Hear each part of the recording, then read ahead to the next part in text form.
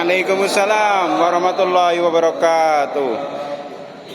Alhamdulillahirabbil alamin wassalatu wassalamu ala asyrofil anbiya'i wal mursalin wa ala alihi wa sahbihi ajma'in.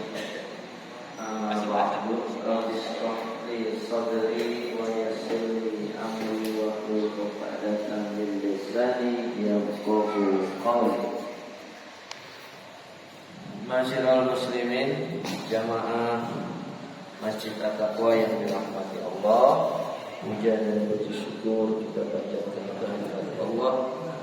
Salawat serta salam semoga tercurah kepada junjungan kita baginda Nabi Muhammad Sallallahu alaihi wasallam. Alhamdulillah kita bisa berjumpa kembali dalam acara taklim ba'da maghrib. Yang jamnya nggak ada. Ada 18.43. Pada kesempatan kali ini saya akan coba membacakan atau menyampaikan bab tentang iman kepada Allah Subhanahu wa taala. Sebelumnya marilah kita awali dengan membacakan Al-Qur'an ala hadhihi wa kulli niyatin salihah. Al-Fatihah. A'udzu billahi minasyaitonir rajim. Bismillahirrahmanirrahim. Alhamdulillahi rabbil alamin. Arrahmanir rahim. Maliki yaumiddin. Iyyaka na'budu wa iyyaka nasta'in. Ihdinas siratal mustaqim.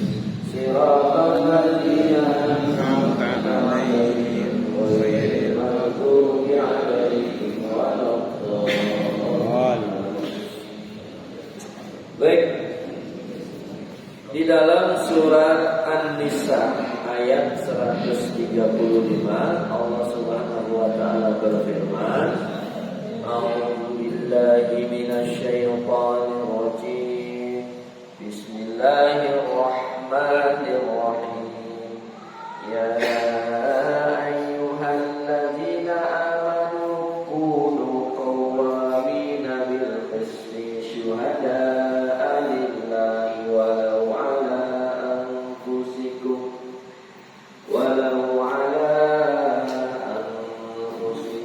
awil walidaini wal aqrabin. Iyakun ghaniyan aw faqiran fallahu awla bihima wala tattabi'ul hawa an ta'dilu wa in talu aw tu'ridu fa innallaha kana bima ta'maluna khabir. Yang artinya, wahai orang-orang yang beriman, jadilah kamu orang-orang yang benar-benar sebagai penegak keadilan. Tuh, jadi Allah memerintahkan kepada semua orang-orang yang beriman untuk jadi apa? Jadi Hakim. penegak keadilan. Ya, qawwamina bil qist.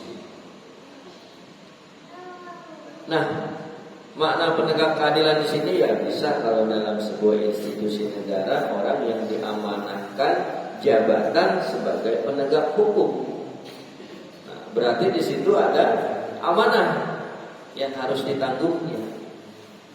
Sedangkan bagi kita, ya, orang-orang yang beriman yang tidak diberikan amanah khusus oleh institusi negara saja, di sini Allah meminta kita untuk menjadi penegak keadilan.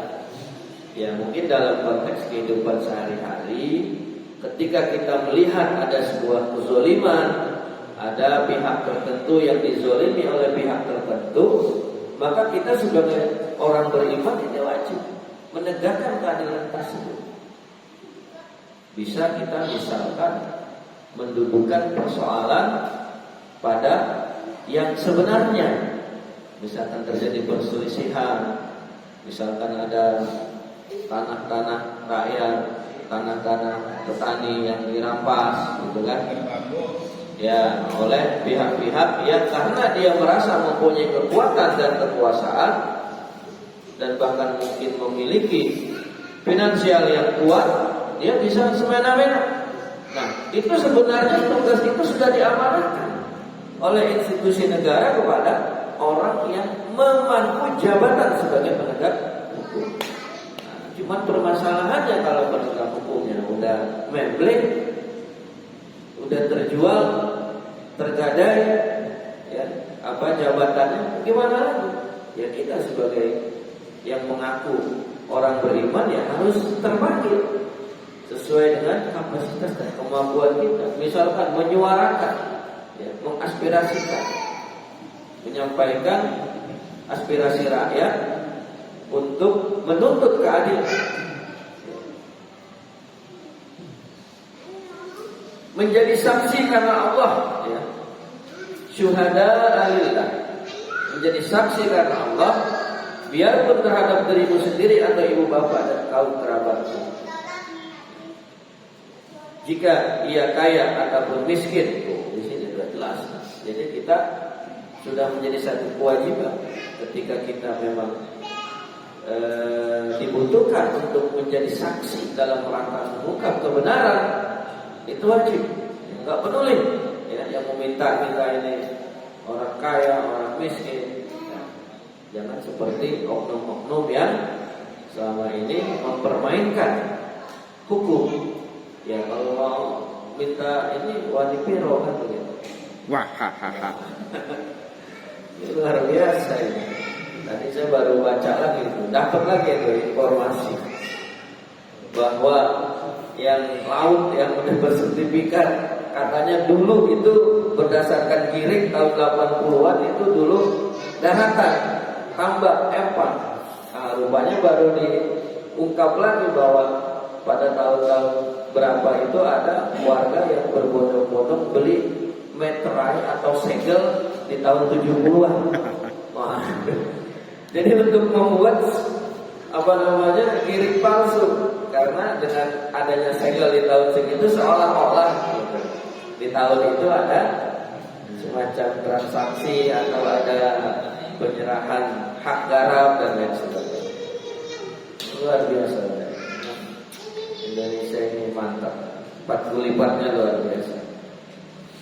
Maka Allah lebih tahu kemaslahatannya. Maka janganlah kamu mengikuti hawa nafsu karena ingin menyimpang dari kebenaran.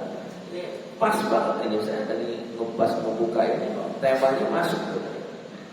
Jadi jangan hanya karena hawa nafsu, ya, kita menyimpang dari kebenaran. Yang udah tahu persoalannya begitu, dipakai dicari begini, ya nanti kita tunggu aja fakta-faktanya. Kita lihat nanti fakta hukumnya seperti apa dan lain sebagainya. Dan jika kamu memutarbalikan kata-kata atau enggan menjadi saksi, maka sesungguhnya Allah adalah Maha mengetahui segala apa yang kamu kerjakan. Nah di sini sinyalnya adalah kalaupun mereka bisa memutarbalikkan fakta kenyataan di dunia ini, tapi nanti di akhirat di hadapan Allah mereka tidak akan bisa menyembunyikan hal itu semua. Dan kembali nanti anggota tubuhnya lah yang akan menjadi saksi di hadapan Allah. Di dunia mungkin dia memutarbalikkan fakta, bersaksi tidak benar, tapi nanti di akhirat tidak bisa. Karena kata Allah di dalam Al-Quran apa? Sering banget kita baca. Al-yawma nakhtimu ala afwahihim wa tukallimuna aydihim wa tashhadu arjuluhum bima kanu yaksibun. Pada hari itu nakhtimu dikunci afwahihim, ya mulut-mulut mereka, tangan-tangan mereka, kaki-kaki mereka akan berbicara, bersaksi di hadapan Allah, mengatakan yang sebenarnya apa yang telah ia lakukan selama ia hidup di dunia. Jangan main-main, ya. Baik, dah habis waktunya. Terus. Sebab an-nuzul atau asbabun nuzul daripada diturunkan ayat ini di sini dijelaskan di dalam kitab tafsir At-Tabari bahwa diceritakan Nabi Muhammad bukan Nabi, diceritakan dari Muhammad bin Al-Husayn yang berkata, diceritakan dari Ahmad bin Al-Mufdil yang berkata, dari sudah ayat di atas diturunkan kepada Nabi sallallahu alaihi wasallam, ada dua orang yang berselisih dan datang kepada baginda Nabi Muhammad sallallahu alaihi wasallam. Orang yang satu kaya dan orang yang lainnya miskin. Nah, ini pas fenomena kita ini ya. Nabi SAW lebih condong kepada orang yang miskin. Nabi berpendapat bahwa orang miskin tersebut tidak bersalah kepada orang kaya, maka Allah tidak menyukai kecuali Nabi SAW menegakkan keadilan baik kepada orang kaya maupun orang yang miskin. Nah, di sini sangat tegas ya. Rasulullah yang memihak kepada orang yang miskin saja, kalau faktanya justru yang benar adalah yang orang kaya, tetap yang kaya yang harus kaya, yang benar yang harus dibela. Apalagi kalau memang ternyata yang benarnya itu adalah orang miskin, tetapi kenyataannya fenomena yang terjadi di dunia ini, ya mungkin kita udah sering melihat dan mendengar berita-berita di sosial media. Kalau yang namanya orang miskin mah udah istilahnya untuk mendapatkan keadilan itu kayaknya jauh banget ya. Jauh. Ya, karena itu tadi unsurnya wanipiro, kan begitu. Udah jelas-jelas korupsi 271 triliun. Diponis 6 tahun.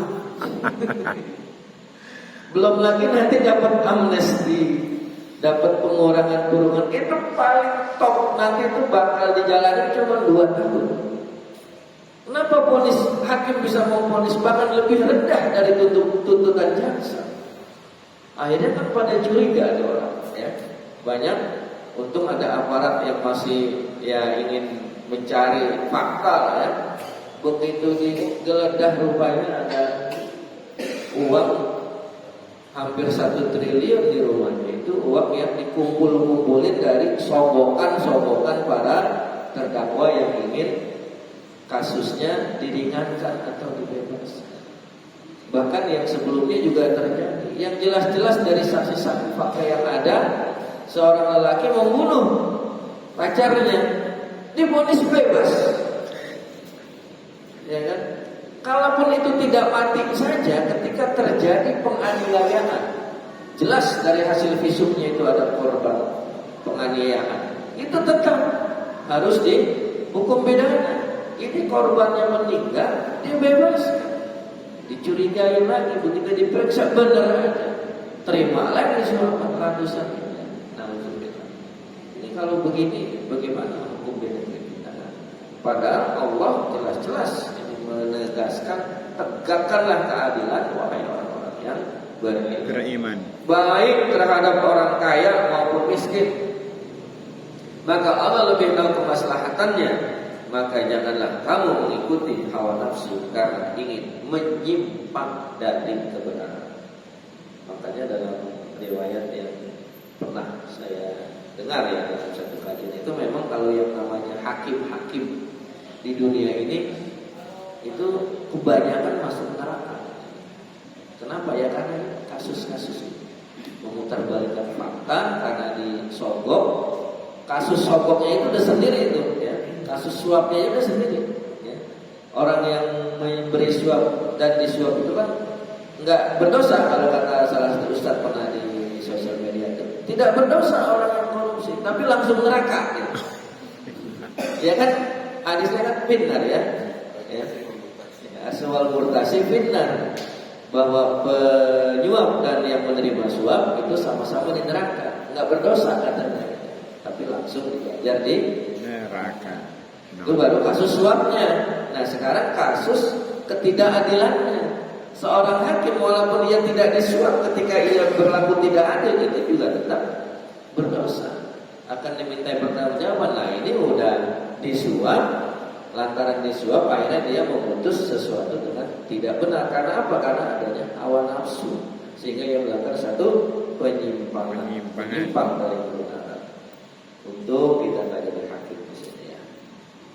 Kalau kata Ustaz Dori ya, kita nggak korupsi karena belum dapat kesempatan aja. Tapi ada Pak Hakim itu. Itu Pak Hakim. Iya, Pak Kumis. Iya, Hakim Kumis. Tapi insya Allah itulah mungkin bentuk sayang Allah kepada kita. Jadi kita nggak dikasih posisi atau jabatan-jabatan yang kemungkinan akan menggoda kita. Kalau kita digoda dengan jabatan itu, khawatir nggak kuat, gitu. Nggak tahan, gitu kan? Misalkan Pak RT Pak Iman tiba-tiba diangkat jadi apa? Mengganti. Ini kan lurah Kohot nih kabur katanya ya. Pak Iman, udah Pak Iman diangkat jadi pejabat lurah Kohot nih. Sementara mengatasi. Tapi begini, ini pegang nih 500 miliar, beres.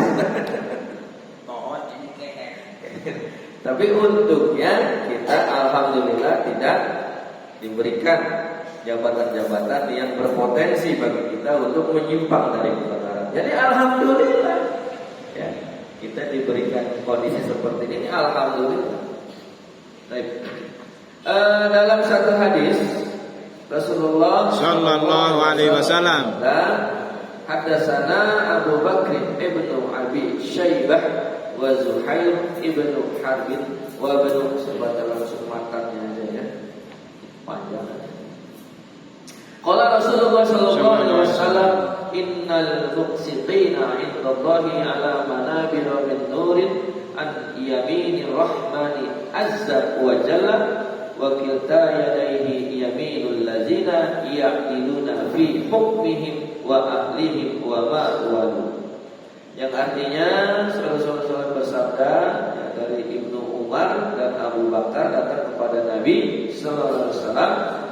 Menurut riwayat Zuhair, Rasulullah bersabda, sesungguhnya orang-orang yang berbuat adil akan mendapatkan tempat yang terbuat dari cahaya di sisi kanan Allah Subhanahu wa taala, dan di sisi kanan dan kiri Allah akan ditempati oleh orang-orang yang berbuat adil dalam keputusan hukumnya terhadap keluarganya atau masyarakatnya. Jadi ini jelas ya. Jadi hadis ini memberikan satu petunjuk bahwa orang yang di dunia berbuat adil kepada keluarga atau masyarakatnya, berarti ini juga berlaku kepada orang-orang yang diberikan amanah terhadap satu jabatan yang berhubungan dengan penegakan keadilan. Ketika ia berbuat adil, maka Allah akan memberikan satu tempat yang penuh dengan cahaya dari sisi kanan Allah Subhanahu wa taala. Ya, berarti kalau yang tidak adil ya sebaliknya.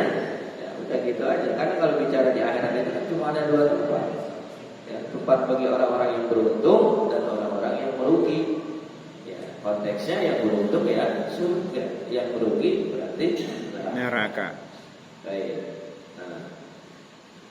Di sini saya bacakan dulu penjelasannya bahwa orang mukmin bukan hanya orang yang percaya pada apa yang disebutkan dalam rukun iman saja.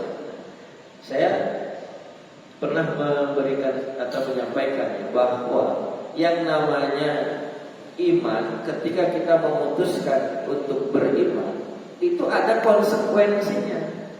Jadi bukan hanya karena ya udah saya beriman kepada Allah, malaikat, kitab, nabi, hari kiamat, qada dan qadar, tetapi di dalam kehidupan sehari-hari kita menyimpang dari syariat-syariat yang ditetapkan, itu tidak beriman. Cuma mulutnya saja beriman.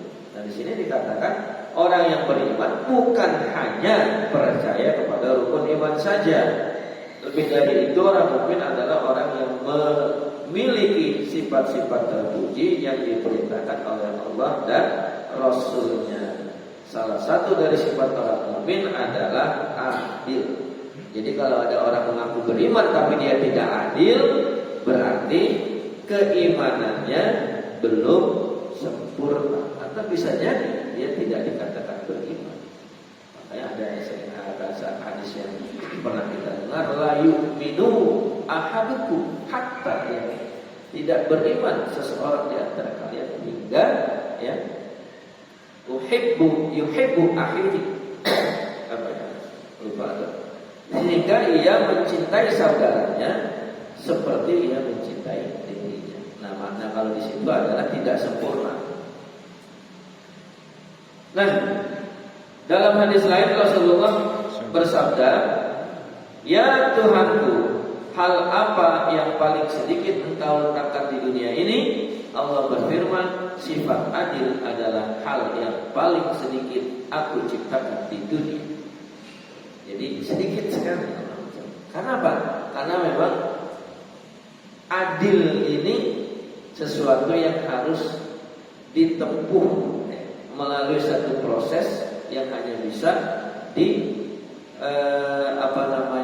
bisa dibuktikan atau diterapkan ketika orang-orang yang mendapatkan amanah untuk menegakkan keadilan tersebut betul-betul memenuhi atau menjalankan amanahnya. Makanya kita lihat di Indonesia sedikit sekali adil, ya kan? Pembebasan tanah, kembali lagi ke pohonnya. Harga tanah dari atasnya sekian, dipotong, akhirnya jadi 30.000 semeter. 30.000 udah berapa? Minyak kita 2 kilo ke 30.000. Rokok setengah bungkus. Tahu itu propos masih dapat 30.000. Itu. Jadi memang sengaja.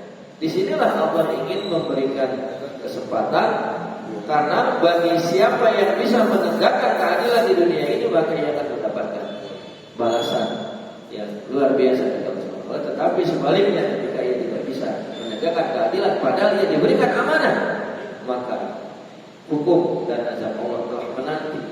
Misalkan, ini sebenarnya kalau kita bicara seorang pemimpin negara, berarti amanah di pundak dia itu seluruhnya. Seluruh aspek yang harus dilakukan di dalam mengelola sebuah negara itu ada di pundaknya, dibebankan kepadanya.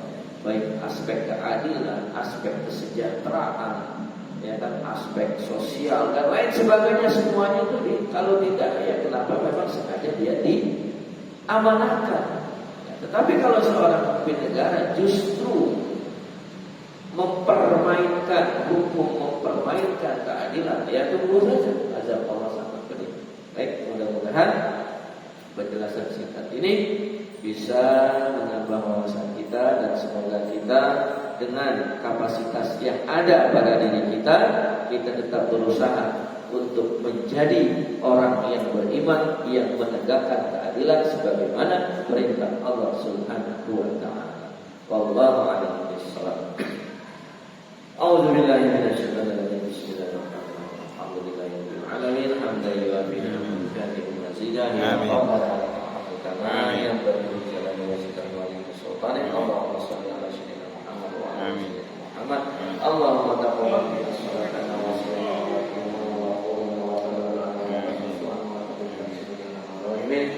Allahumma ighfir lana wa li walidayna wa rahmatana wa